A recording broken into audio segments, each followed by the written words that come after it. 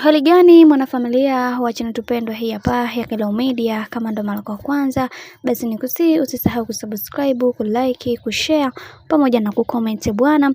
Kama tulivyoweza kuona Wema Sepetu alivyoweza kufunguka mambo mengi kuhusiana na sakata zima la A-list ambayo iliyobebwa na Kajala Masanja, Wolper, Auntie Ezekiel pamoja na bibie Ilinioya. Sasa kutokana na maongezi yao ya hapa na pale ambapo walipoweza kuulizwa kuhusiana na swala zima la bibie Wema Sepetu na Lulu, kiukweli kila mtu aliweza kuongea la kwake.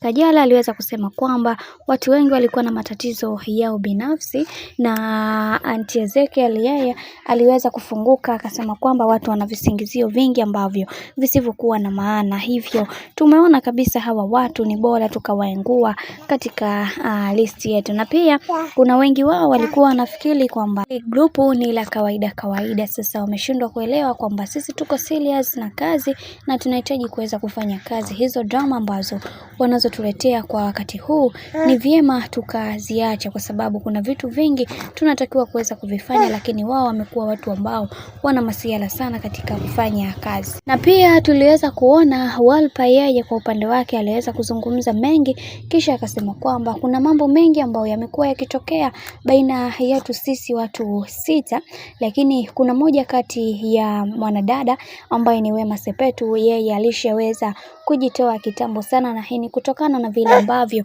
tumekuwa tukimfanya aweze kujisikia vibaya, kama vile ambavyo mwenyewe alivyoweza kusema kwamba yeye ni moja kati ya mwanamke ambaye ni mkakamavu na superstar. Sasa kutokana na yale yote ambayo yaliweza kuongelewa bibie Wema Sepetu, hii na yeye ameweza kufunguka vitu vingi, kisha akasema kwamba mimi binafsi yangu nimeshindwa kuweza kuingia kwenye A-list kutokana na matatizo ambayo niliyokuwa nayo, lakini pia kutokana na vile ambavyo wamekuwa wakinisema kwenye grupu letu huko la A-list huko WhatsApp, lakini pia hawa watu wanajiona wao kwa upande wao wamemaliza maisha, yani wao ndio kila kitu kwa upande wao. Sasa mimi na mtu ambaye anayejisikia ni vitu viwili tofauti. Mimi ninachopenda ni kuweza kukaa chini na kufanya kitu ambacho kiko sawa, na tunatakiwa kuweza kuhakikisha kila ambalo tunalolifanya liweze kuwa na mipaka na misingi iliyo bora, lakini wao wamekuwa kama watu ambao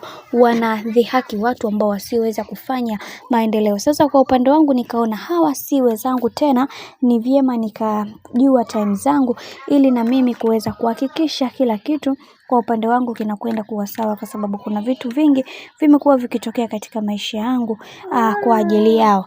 Bwana, mambo ndo kama hivyo. Bibi Wema Sepetu ameweza kufunguka kuhusiana na hayo yote. Mimi naomba nikusii kitu kimoja, kama ndo mara kwa kwanza, basi usisahau kusubscribe, kulike, kushare pamoja na kucomment.